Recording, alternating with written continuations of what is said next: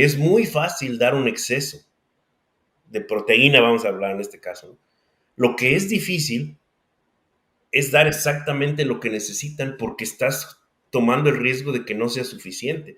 Pero si das siempre un exceso, pues nunca te vas a equivocar, pero vas a costar mucho dinero. Tienes que tratar de dar exactamente, y ese es un error muy común entre los nutriólogos, y ya que hablamos de eso, los márgenes de seguridad famosos.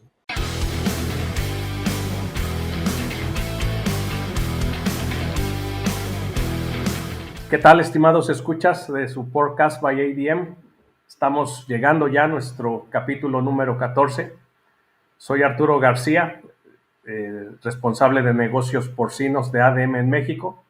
Y bueno, hoy traemos un tema sumamente interesante, como varios o todos de los que hemos presentado.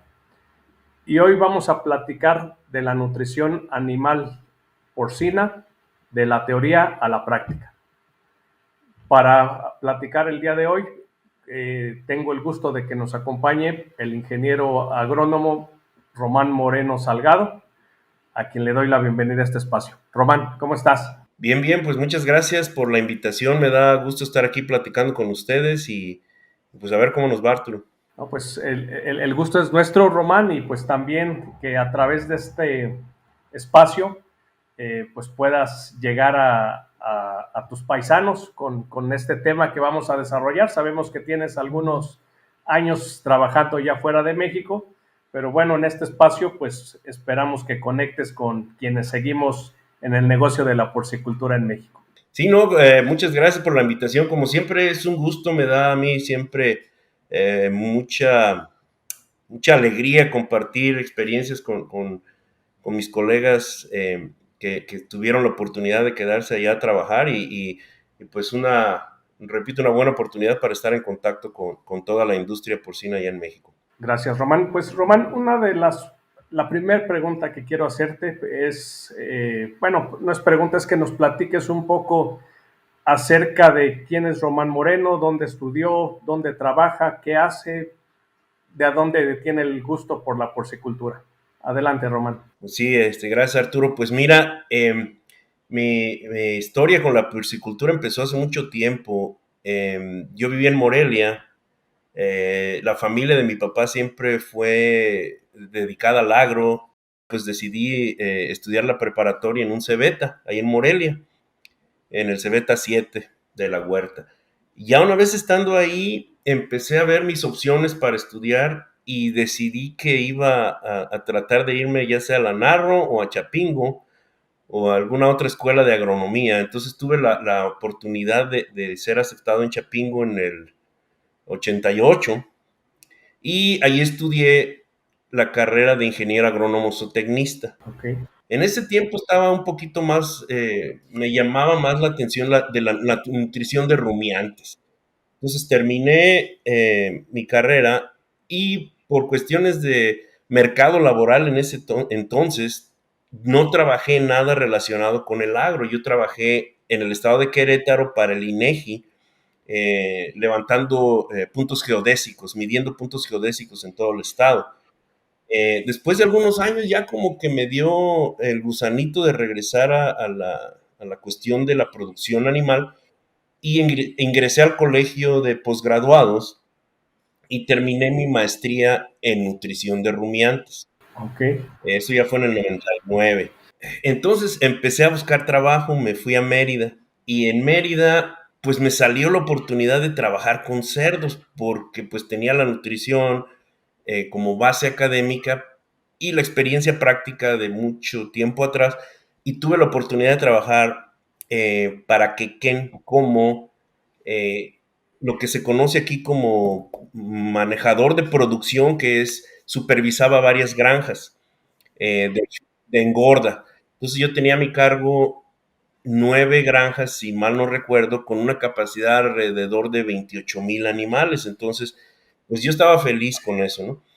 Tuve la oportunidad entonces de venirme acá a Estados Unidos y ya estando aquí, pues se me ocurrió solicitar trabajo en la empresa donde trabajo actualmente, que es Seaboard Foods.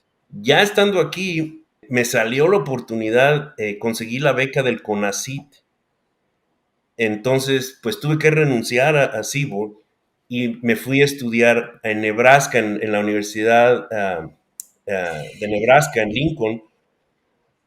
Y entonces ya en ese momento decidí que, bueno, a lo mejor lo mío no eran los rumiantes, porque pues ya ya estaba trabajando en cerdos. Y dije, pues nadie me contrata para rumiantes, mejor me quedo ya con los cerdos. Tuve la oportunidad de regresar a Seaboard Foods, pero ya en el papel de nutriólogo. Ya me iban a dar la oportunidad de ser el nutriólogo y eso fue en el 2012. Pues Román, pues gracias por compartirnos, digo, esta experiencia de cómo llegaste a la porcicultura y si te parece, pues entramos con el tema que queremos platicar contigo.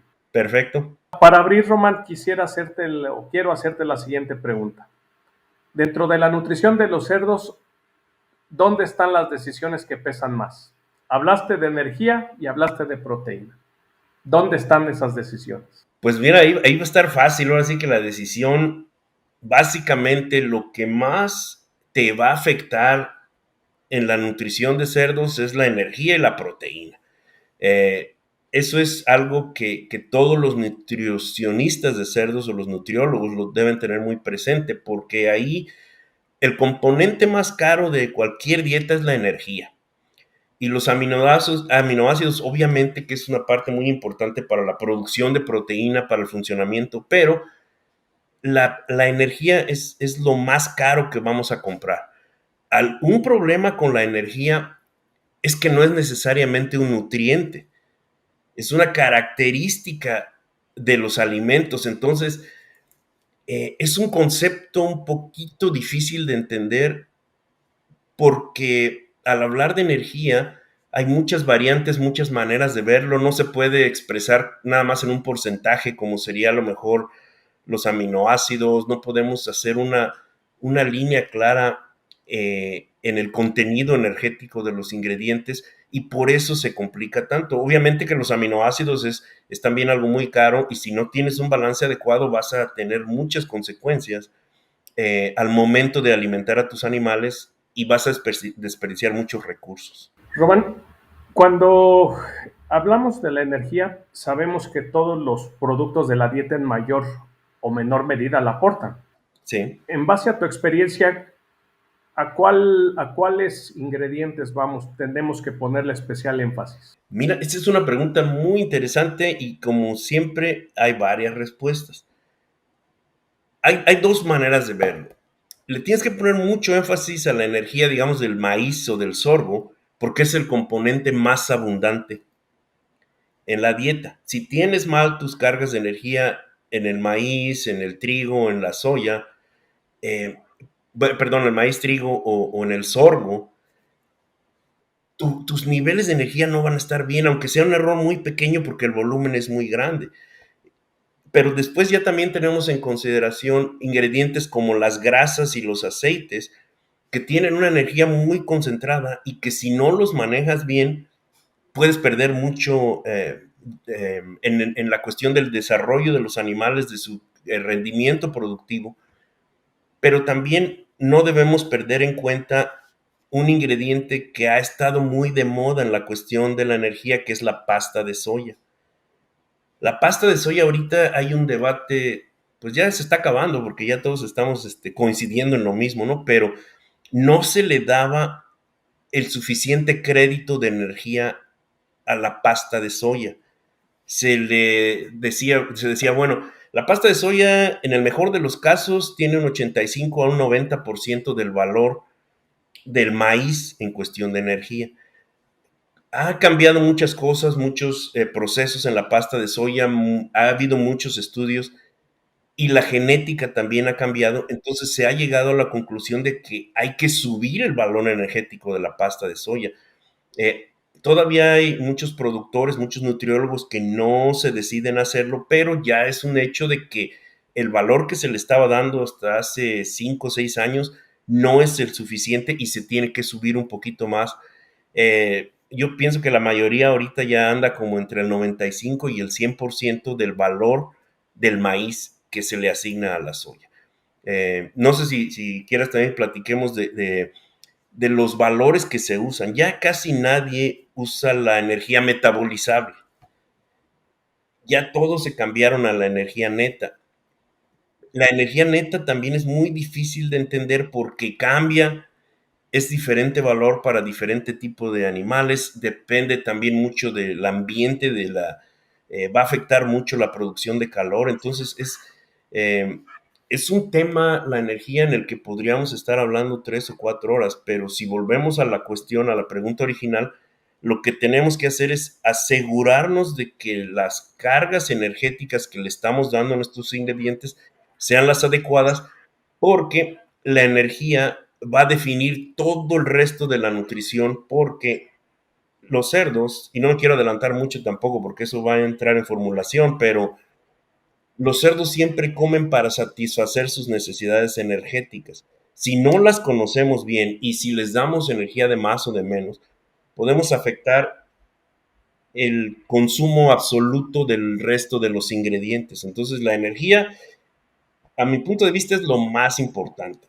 Bueno, te quiero preguntar, Román, si hay, en tu experiencia y yendo nuevamente, o sea, tratándome de enfocar en términos muy prácticos, ¿cómo haces los ajustes de la energía por etapa? O sea, ¿qué es lo que tú valoras para hacer los ajustes y cómo vas jugando con la energía? Porque sabemos que el animal entre más pequeño sea, más depende de la energía. Va creciendo y depende menos. A veces quisiéramos, lo voy a decir a veces como lo veo en el campo, ¿no? Quisiéramos que una sola dieta pues nos llevara a los cerditos de 10 kilos a 100. Sí. Y entonces a veces para el cliente es difícil entender el peso que tiene la energía y cómo, voy a decir, jugar con ella a lo largo de la vida del cerdo. Y ahí es donde me gustaría que ahondaras un poquito en este tema. Fíjate que esa es una pregunta que siempre trato yo de resolver cuando he tenido la oportunidad de dar algunos cursos de nutrición aquí en Estados Unidos y allí en México, cursos pequeños de 1 hora, 2 horas, porque es algo que es totalmente diferente en cada etapa de producción. Y vamos a empezar con los cerditos pequeños, los cerditos destetado o de crecimiento, como se conoce en algunos lados, porque ese cerdito no tiene la capacidad intestinal para comer lo que necesita. Independientemente de la calidad de la dieta, de los ingredientes, del nivel de energía, ese cerdito nunca va a completar el volumen que tiene que comer. Come lo que puede.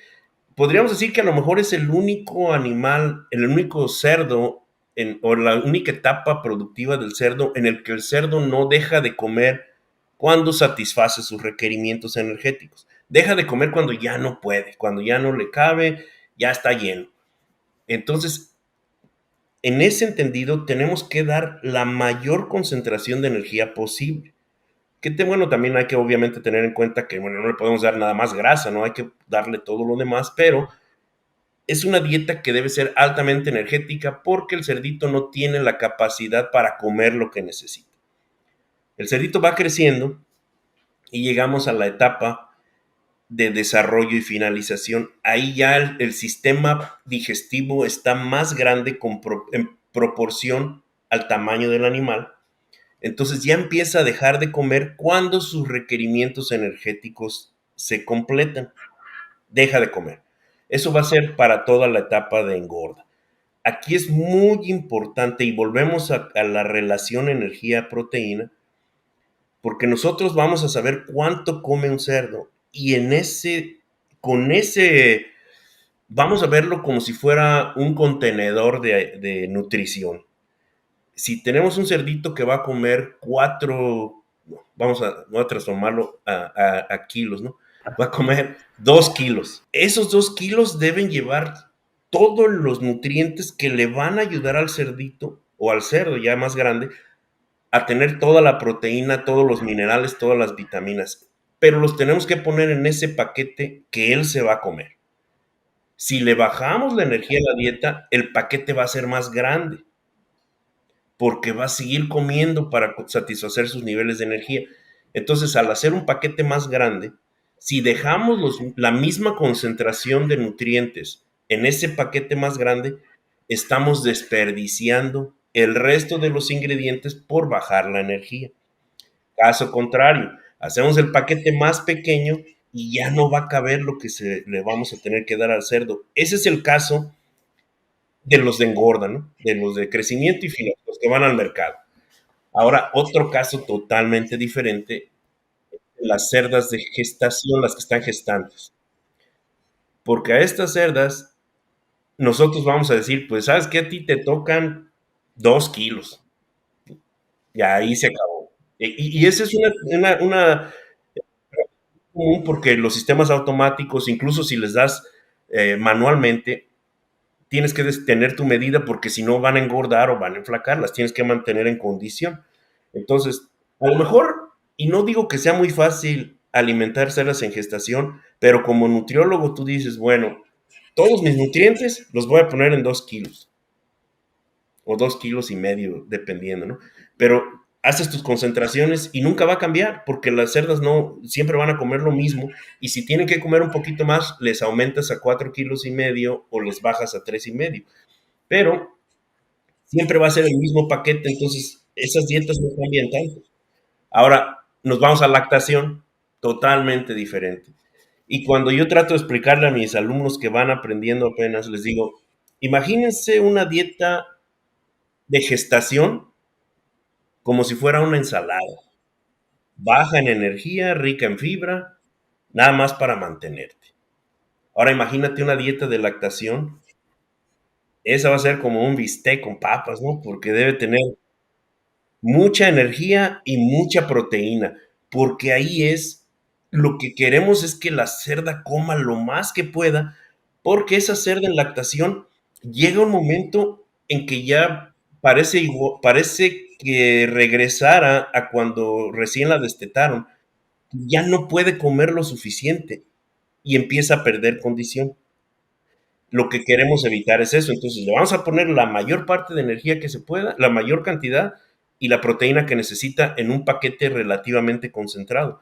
Y eso es lo que nos va a mantener, evitar los problemas de reproducción y dar una buena oportunidad para que la hembra produzca leche. Me ha gustado mucho, Roma, la analogía que usaste con gestación y lactancia, y sí, realmente es eso, ¿no? Por eso en las dietas de gestación vemos mucho salvado de trigo, poca energía, y en lactancia pues vemos energía y proteína. Y fíjate, no me quiero saltar de un lado a otro porque tengo mucha esa tendencia, pero antes de que se me olvide, un error muy común que pasa ya a nivel práctico en productores muy grandes, productores pequeños, que por error revuelven las dietas. Ordenan lactación, se las ponen en gestación. Ordenan gestación y viceversa. Entonces yo les digo, cuando eso pasa, les digo, la tiene que cambiar. Digo, porque imagínate que estás a dieta, estás perdiendo peso y estás bien contento. De repente llega alguien y te pone unos tacos, y no hay de otra. Y te da los tacos en una cantidad limitada, pero es mucho más de lo que tú estás acostumbrado. Entonces vas a estar feliz. Ahora imagínate alguien que está levantando pesas para construir músculo y de repente le das ensalada por una semana completa. Pues todo ese avance lo va a perder. Ahora, cuando cometes un error de entrega o al ordenar el alimento, para ti es el error de un día. Ordenas, vamos a decir, 3 toneladas para tus hembras en gestación o lactación y les va a durar una semana. Ellas van a pagar el precio por una semana completa, porque van a estar comiendo la dieta que no está adecuada a su necesidad fisiológica, a su estado fisiológico en ese momento. Entonces, ahí sí, ese es un error muy grave, cambiarles una cosa por otra. Luego vamos, y para no desviarme mucho, eh, lo primero que te das cuenta tú cuando esto pasa es que muchas veces las hembras en gestación están constipadas porque les quitaste la fibra. Entonces ellas tienen su sistema muy adecuado para tener fibra, están acostumbradas a la fibra, la motilidad está pero de lujo, y de repente se las quitas y les das un alto nivel de proteína y bajo en fibra y se constipan, dejan de comer, dejan de tomar agua por un error pequeño nada más de nombre gestación y lactación, pero las dietas como como decís, totalmente diferentes. Sí, no. Así es. Y digo, qué bueno que estamos hablando, Román, digo, de este tema, porque sí es una realidad que pasa. Digo, gestación y lactancia es muy frecuente que, como dices, las confundan, las cambien y veamos que un pequeño error desencadena problemas fisiológicos y de productividad muy fuertes, ¿eh? Sí, definitivamente. Ese es un error grande, sí. Román, retomando los dos conceptos que hablábamos, energía y proteína. Lo que quisiera que empezáramos al hablar de proteína es que nos expliques un poco proteína y aminoácidos, porque hay gente que a veces las asocia que es lo mismo, pero uno es parte de, pero lo mismo no son. Exactamente. Ahí hay una manera relativamente sencilla de poder diferenciar lo que es la proteína y los aminoácidos. Y no me voy a adjudicar el crédito de esta explicación, pero cuando lees la literatura te dice aminoácidos o proteína intacta. Entonces, la manera en que la podemos ver es que la proteína son un montón de aminoácidos juntos que están pegados. Y los aminoácidos es un aminoácido específico que no está pegado con nada, está solito. Entonces, en la cuestión de los cerdos, no nos interesa tanto el contenido de proteína. Nos interesa el contenido de aminoácidos porque el cerdo hay unos aminoácidos que no produce, que no puede producir, que se los tiene que comer. Entonces, aquí yo siempre utilizo mucho el concepto de la proteína ideal. Para hacerlo totalmente sencillo y entendible, yo siempre explico de esta manera. Imagínate un barril de esos de whisky o de agua, porque pues estamos platicando De whisky está mejor. de whisky está mejor, ¿no? De esos que están hechos con tablitas, ¿no? De los antiguos, que tienen dos bases de metal y las tiras de madera por un lado. En la proteína ideal es el concepto que dice que tú les debes dar a los cerdos todos los aminoácidos proporcionales a lo que necesitan. Entonces, imagínate ese barril está lleno hasta arriba porque todas las tablitas llegan hasta arriba. Si cada tablita es un aminoácido y le quitas una de las tablitas, por más agua que le eches, no se va a llenar, porque siempre va a tener ese hueco que se le está saliendo. Entonces, ya transformándolo a aminoácidos, imagínate que todos tus aminoácidos están en una proporción en relación a la lisina, que es el aminoácido más limitante. La metionina, la trionina, el triptófano, todos los demás están en proporción. Y a lo que me refiero es esto. Si tú das 1% de lisina, debes dar 0.6% de metionina para que el barril se complete. Si das 0.5, esa lisina que le das se va a desperdiciar porque el 10% de tu lisina no va a tener con quién juntarse para hacer proteína. En eso se basa. Entonces todos los nutriólogos van a ser, ok, mi lisina es el 100%, mi metionina va a ser el 60%, mi trionina va a ser el 56%, nos vamos al triptófano y ahí vamos a estar entre el 18 y el 20% de lo que le pusiste de lisina. Una vez que ya tienes esos factores que ya definiste basado en tu genética y tu etapa de producción, ¿cuál es la proporción de los aminoácidos limitantes con la lisina? Entonces ya nada más tienes que cuidar otros valores como sería la digestibilidad, porque todos estos valores de lisina y de los otros aminoácidos se deben calcular basados en la digestibilidad estándar de los aminoácidos. Ok, aquí Román, esto me lleva a hacerte una pregunta. En el caso de la lisina, bueno, de los aminoácidos, ¿pasa lo mismo que con la energía? Un cerdo que come más, las etapas de engorda, por ejemplo, llevan menos aminoácidos que los de inicio. Y fíjate que ahí empezamos, en esa pregunta vamos a empezar a hacer matemáticas, porque cuando empiezas con los cerditos de crecimiento, y que ya pasaron de destete a la granja de engorda, la concentración de aminoácidos es más grande, pero comen menos. Cuando se están ya acercando al mercado, la concentración de aminoácidos es más baja, pero comen más. Y ahí es donde te decía que ese paquete tiene que tener un valor absoluto de aminoácidos, casi todos los nutriólogos o las compañías que producen alimento van a tener en mente cuántos gramos de lisina se necesitan para producir 1 kilo de carne. Entonces, si tú estás esperando una ganancia de, no sé, a ver si no me equivoco con lo de los kilos, ¿no? Pero de medio kilo, y dices, ¿sabes qué? Necesito 19 o 20 gramos de lisina para producir medio kilo. Entonces tienes que asegurarte que ese marranito está recibiendo 19 gramos de lisina y todos los aminoácidos en la proporción que habíamos hablado con la proteína ideal. Si tú le das al cerdito lo que necesita de lisina, pero lo dejas corto en triptófano, nomás no va a crecer. Ahora ahí te va la otra. Y esa pregunta digo, con esa sola pregunta me podría estar hablando aquí con unas 3 horas, pero no voy a hacer 3 horas. Ahí te va. Si tú le pones a un cerdito que se va a comer 2 kilos, le pones un montón de proteína, su capacidad genética no le va a permitir crecer 2 kilos siendo de ese tamaño. ¿Qué es lo que va a pasar? Que va a empezar a metabolizar esa proteína para eliminarla. Entonces hay una lista grande de consecuencias de esto, ¿no? Podemos ir desde las más sencillas, que es, bueno, la metaboliza y la tira. También podemos hablar de la energía. Cuando tú le pones mucha proteína a una dieta, le bajas la energía neta a tu dieta porque la proteína tiene menos energía que los carbohidratos o que las grasas. La razón es que para eliminar la proteína tienes que primero separar el nitrógeno de la proteína, porque no lo puedes eliminar como proteína, lo tienes que romper. Eso causa un costo en energía.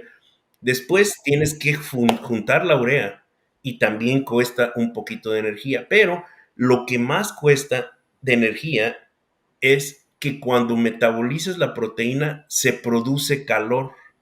Hay mucha pérdida de calor para metabolizar esa proteína. Entonces ahí es donde tu dieta se hace menos eficiente porque el cerdito tiene mucho calor. Ahora, para hacerlo todavía más complicado, si le das esa dieta en el verano, pues va a salir peor, porque va a empezar a comer y se va a sentir caliente y no va a querer comer. Entonces, malo el ejemplo a lo mejor, pero pues todo el mundo nos acordamos de cuando estábamos de vacaciones de la primaria y hacía mucho calor y nos daban caldo de res para comer y decías, no, pues tengo calor y me dan algo caliente, pues no se me antoja, dame una sandía, un melón. Pero entonces, eso le afecta también al cerdito. Por eso también están las famosas dietas de verano y las de invierno, que también juegan con la cuestión de la proteína, porque la proteína produce mucho calor. Cuando come el cerdito, siente calor.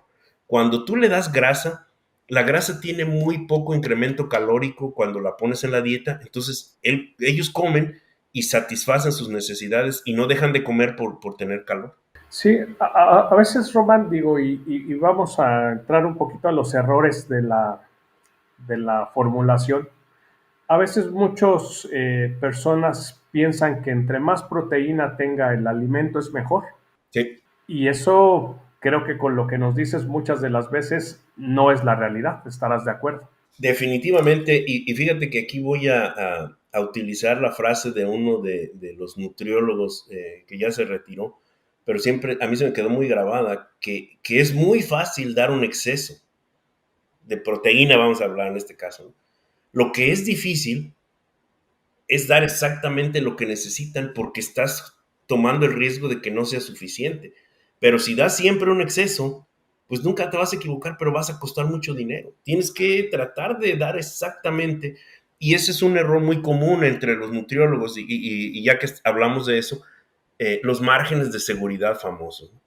Que también tienen su validez, pero cuando ya te acostumbras a siempre tener un margen de seguridad, pues estás desperdiciando recursos de la persona que te está confiando para que alimente sus animales de la mejor manera. Entonces tú dices, ahorita la dieta me está pidiendo 0.8 de lisina.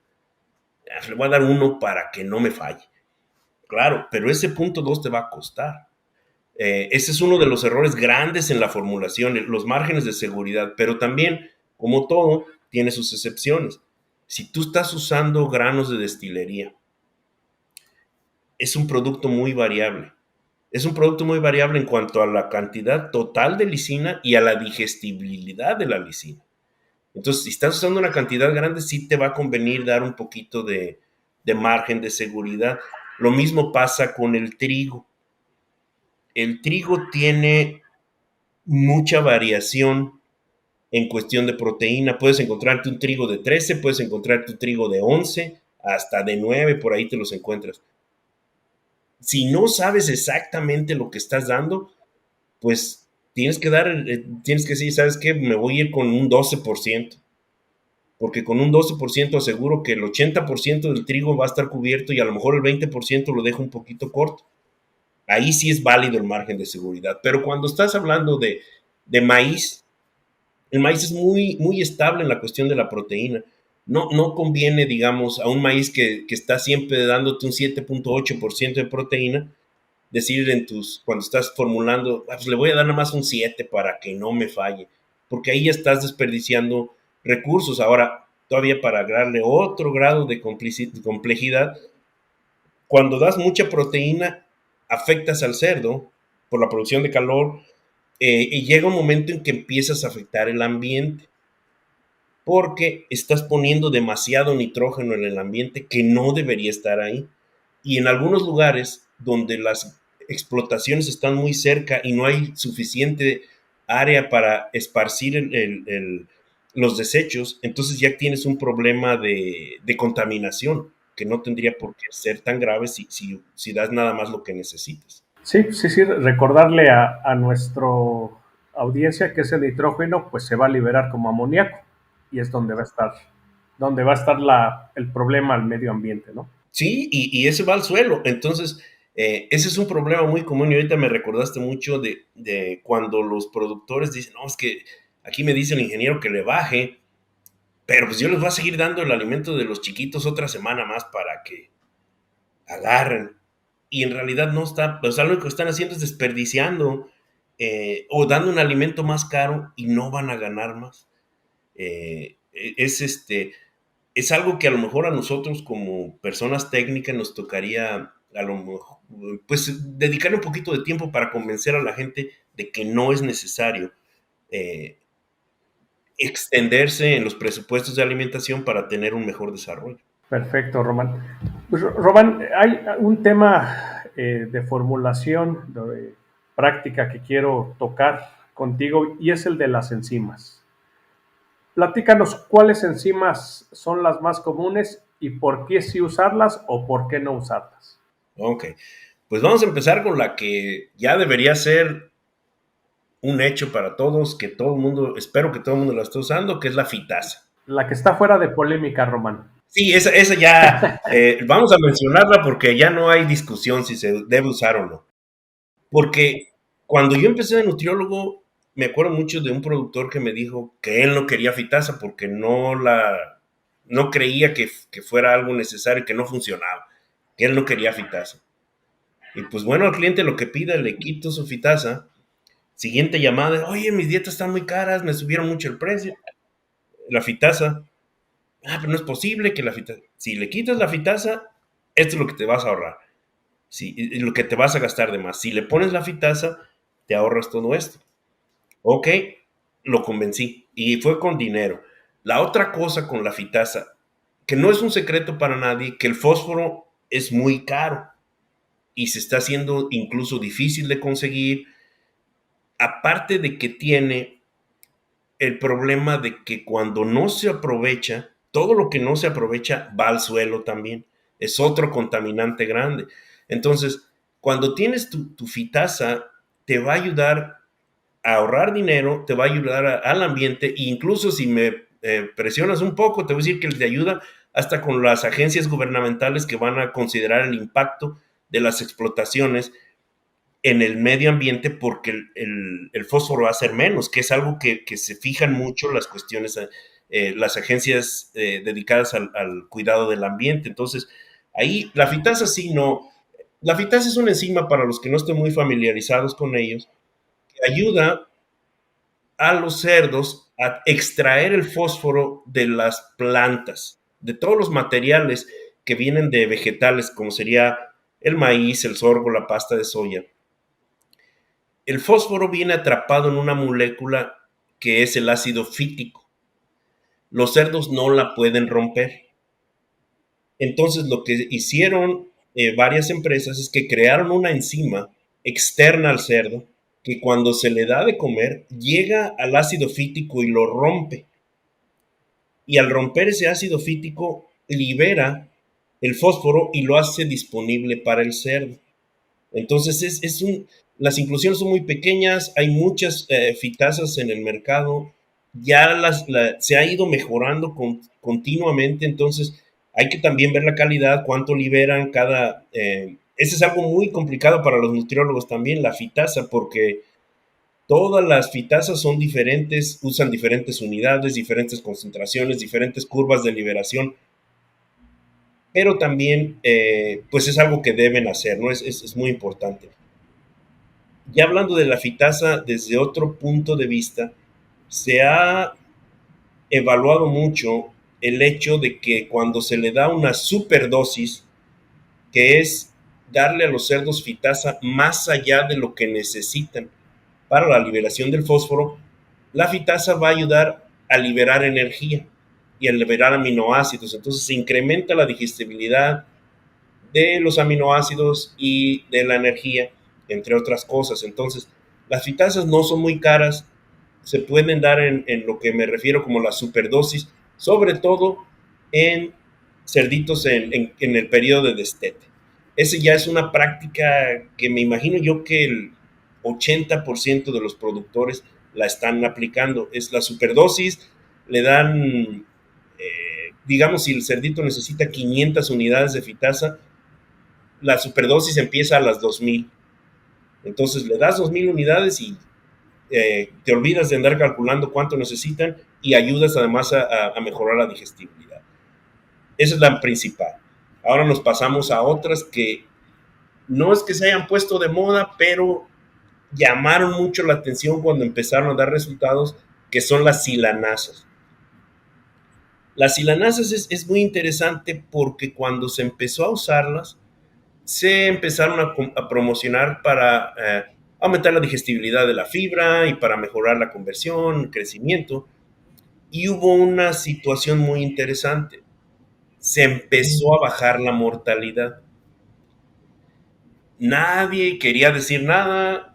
Los experimentos por ahí salían con que bajó la mortalidad 2%, pero eso es una, algo que no se le puede atribuir a la silanasa, ¿no? Siguieron saliendo los resultados. La mortalidad seguía bajando, seguía impactándose por el uso de las silanasas. Para no hacerlo muy complicado y no empezar a hablar de químicos y de moléculas y todo, lo que hace la silanasa es que llega a la fibra y le quita las partes que no dejan que lo disuelva, que las enzimas del cerdito aprovechen los nutrientes, entonces la rompe. Tiene tres mecanismos de acción. Primero, rompe la fibra y la hace más digestiva. El segundo, digamos, no sé si sea segundo en importancia, pero al hacer eso, al romper la fibra, haz de cuenta que abres un coco. Pues cuando rompes el coco, pues todo lo de adentro ya está disponible. Entonces, eso es lo que hace. Muchos dicen que le hace hoyos a las enzimas, muchos que la rompen, a las células, otros que la rompen, pero lo más sencillo es, digamos, que las abre, ¿no? Y al abrirlas, las enzimas del cerdo, pues van a aprovechar los nutrientes que estaban atrapados y es otra manera, otro mecanismo de acción.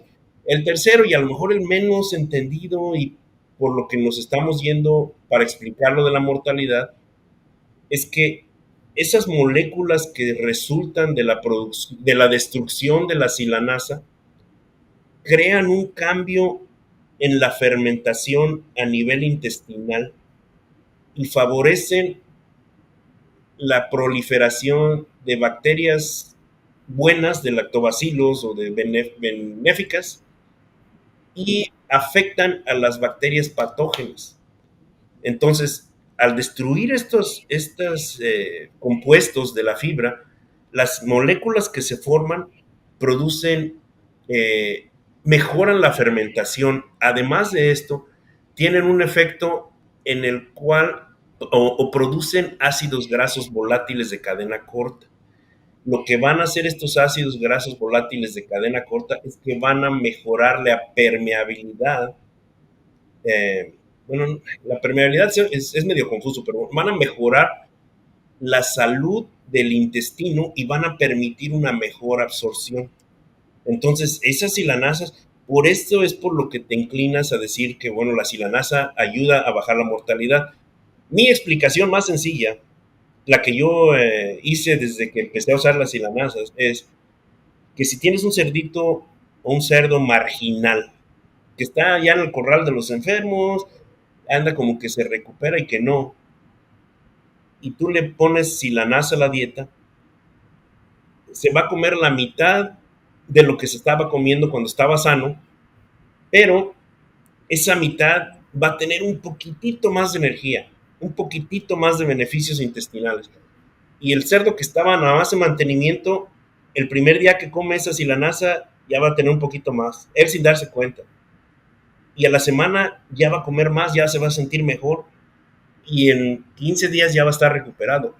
Que si solamente tienes la dieta que es para que nomás le permite mantenerse, a lo mejor va a ir pendiendo condiciones y se te muere. Con la silanasa le vas a dar el empujoncito para que salga adelante. Entonces, la silanasa ya no es una moda. Ya casi te puedo asegurar que, si no el 100%, más del 80% ya está usando silanasa a todos los niveles de producción en Estados Unidos, grandes, pequeños, medianos, ya es un estándar, ya es como la pitasa prácticamente. Perfecto. Pues Román, te agradezco mucho lo que hemos conversado. Digo, estamos ya en la recta final del podcast. Han sido varios comentarios muy fáciles de entender, muy coloquiales. Es algo que buscamos en este espacio y pues te agradezco mucho pues la manera en que nos has expresado estos conceptos de energía, de aminoácidos, de enzimas. Para ir terminando, Román, y aprovechando que eres un paisano que triunfa en los Estados Unidos, quisiera preguntarte cuáles son las funciones que realiza un nutriólogo dentro de una empresa como Seafood. ¿Cuál es el día a día de Román en una empresa pues tan importante de producción de cerdos? Mira, es muy, varía mucho y cuando estamos en la universidad todos pensábamos, estamos estudiando nutrición y nos ponen a hacer formulaciones y estamos ahí todos entusiasmados haciendo formulación y que le subes, le bajas, que si el calcio, fósforo. La realidad es que hay semanas en las que yo hago una o dos dietas, a veces ninguna, porque todo está bien. De repente te llega, no sé, estás usando sorgo al 50% en una dieta y ya subió el precio, la tienes que cambiar al 80% de maíz y haces esa formulación. La formulación yo pienso que si lo ponemos ya en cuestiones de tiempo, me ocupa alrededor del 5 al 10% de mi tiempo, no más, porque no estamos cambiando las dietas constantemente. Eh, También le dedico tiempo al control de calidad. Estamos siempre monitoreando micotoxinas, monitoreando niveles de proteína, monitoreando niveles de humedad y de proteína, tanto en el maíz como en la pasta de soya. Porque tú sabes que no es que tienes que vigilar cada camión, sino que cuál es la tendencia. Tienes una de las áreas donde la proteína anda entre el 46, 47, pero hay otra en donde está el 45, 44. Tienes que ajustar esas dietas. Eso lleva algo de tiempo. También me dedico mucho a la investigación. Yo pienso que la investigación sería como el 30% de mi tiempo. Tenemos varias granjas de investigación. Yo normalmente hago todas las dietas, manejo los presupuestos de alimentación, hago las órdenes de comida para no echarle la culpa a nadie de que se equivocan. Yo ordeno la comida y vigilo, estoy al pendiente de que los pesos estén bien, que todo tenga sentido, que no haya nada así raro. Entonces, eso lleva bastante tiempo. Eh, Control de calidad, ya lo mencioné. También trabajo mucho con las granjas y fíjate que ahora que mencionas esto de estar acá en Estados Unidos, Ahorita yo pienso que más del 90% de todos los encargados de las granjas, jefes de granja, ya son, pues, hablan español. La mayoría son mexicanos, pero bueno, hay también algún colombiano por ahí, ecuatorianos, pero la mayoría son mexicanos. Entonces, a mí me llaman mucho cuando tienen una duda porque es más fácil la comunicación. Entonces, a partir de eso ya me he involucrado mucho yo también en la cuestión de manejo de alimentación en las granjas directamente con los encargados, que si tienen un problema con el presupuesto, no sé, que les llegaron menos marranitos de los que ellos habían pensado, ya ordenaron la primera comida, que qué es lo que tienen que hacer, porque el presupuesto también, y eso es algo que muchos productores se equivocan a veces, es que la medicina está diseñada para actuar en 21 días, si está en el alimento, ¿no? 21 o 14, dependiendo del antibiótico que le estés dando, que ya tampoco se le da mucho, pero en caso de que se deba hacer. Si tú lo das por 28 días, ya no va a servir de nada. Incluso los estás afectando porque empiezas a afectar la flora. Entonces, todos esos ajustes a mí me toca hacerlos en las granjas.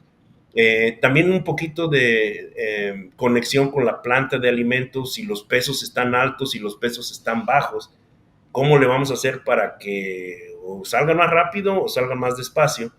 Entonces, todo ese tipo de cosas parece que no, pero te llevan mucho tiempo. Y pues eso es lo...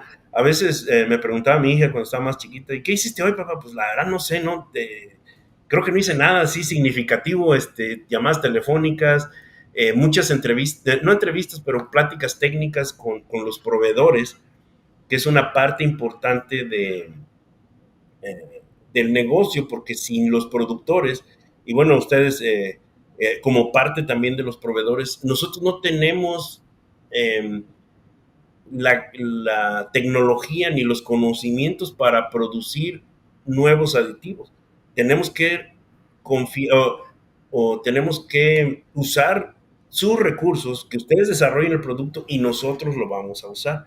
Entonces, todo ese tipo de cosas te llevan mucho tiempo y, pues sí, a veces es un día más tranquilo, es un día más complicado, pero eso es todo lo que hago yo digamos, en un día normal en mi trabajo. Sí, yo creo, Román, que el trabajo tuyo y de todos los nutricionistas probablemente está lleno de pequeñas acciones, pero pequeñas acciones que afectan o administran, yo creo que el término correcto es administran el 70% o más del costo de producción de un kilo de carne.